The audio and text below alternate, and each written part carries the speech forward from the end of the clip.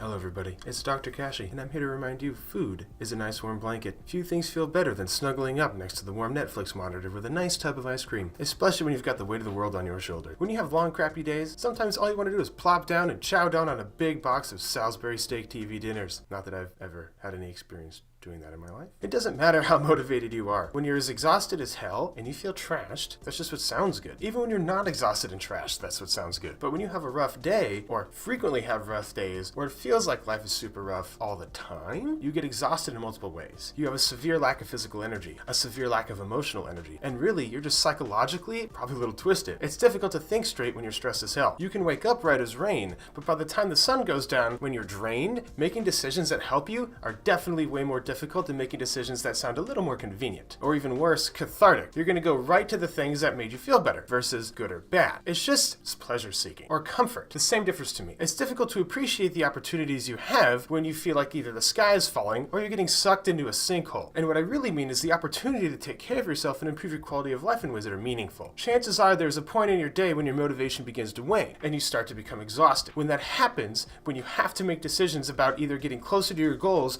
or pushing yourself further away, that's the point of stuckness that you want to focus on. What's going on in your environment that's forcing you to make these decisions? And when you're feeling happy and motivated, what do you do as a happy, motivated person to address the problems before they become an issue and you become trashed and exhausted? You'll be able to identify the time of the day, the issues you experience when you're fully cognitively boosted with coffee and food and all those other great things in the morning. This is the right time to sit down and think of all the things that you can do to help alleviate the stressor. In other words, if you're using food you consume as a warm blanket for yourself, why are you doing that? And what can you do as a workaround or an alternative so that you can actually enjoy the food you consume rather than using it as medicine or a teddy bear? But teddy bears are medicinal. Here's an opportunity to use logic and reason when you aren't. I guess emotionally compromised and unable to make decisions on the spot makes it difficult. Is there something you can do beforehand to get into your house after your work is done and you haven't gone into the house yet? Is it possible to have food already prepared in portions that make sense for you? Do you have kids or a dog or a wife or a husband or something that you can do to spend time with them for a couple of minutes before you decide to plop and disconnect from the universe? You know, connecting with people. Help kind of give a little bit of your stress to them, perhaps. It's what they're there for and will gladly help you take it. The people that care about you, they will happily take a little bit of that burden for you while it's what you need. Do you have the correct environment in place to actually enjoy your food when you eat it instead of inhaling it? Forgetting that you ate it? Not feeling satisfied with the meal and then feeling compelled to eat again? Is it quiet? Are you actually paying attention? Is it portioned in a way that makes sense? These are all things that can be attacked. There's obviously a million things to address here, and that's what's so great. There's a lot of low-hanging fruit. You just have to look at your own fruit. Look at your own situations. Figure out the triggers that are stressing you out and address them in ways that are logical when you are in a logical state. How can you take care of yourself when you feel compelled to use food as a security blanket? And secondarily, how long do you need to take care of yourself during those times? There is a bigger time component to this than you think. A lot of time, feelings will pass. You will be surprised what a cooling shower would do in a situation like that. A couple of minutes goes a long way. If you don't have time to self-care, the self-care is going to manifest itself in some way that it's probably going to be delicious. You don't have to do this alone. Ask somebody who lives with you or works with you to help identify the types of things in the environment that lead you to make these decisions. Once those things are identified, just rearrange your stuff. It's cool, your mental and your physical stuff. Once you've rearranged a little bit, your schedule and your environment will be different and they will help you. You know, it could be 30 minutes after you get home, or it could be 30 minutes after lunch. Could be an hour. Once you do that, you can create a laundry list of all the things you can do during a potentially stressful situation to try and mitigate any hazard. All sorts of distracting techniques are available. The shower, meditation, the hot cup of tea, the talking to a friend, getting your feet rubbed, rubbing your own feet, going on a play date with yourself or your dog, whatever you need to do to take care of yourself that doesn't contain calories, all those things are okay. The blood of the beast begins to boil eventually. So to summarize, your attention needs to be placed during the times where you know your motivation levels begin to drop. Writing out your daily and weekly schedule will really let you pinpoint these times. Making decisions regarding your nutrition and exercise when you're not tired is the best idea. Make sure to have these plans written out when you're full of energy. Don't allow your current emotional state to affect your choices you make regarding your goals. Use logic and reason, like a Vulcan. Ask someone close to help you identify the times where you tend to slip up. A work colleague will quickly be able to tell you about your work habits, including the times you feel the need to reach for the cookie jar. Once you have identified these times, simply put a strategy in place to keep your hands out of it.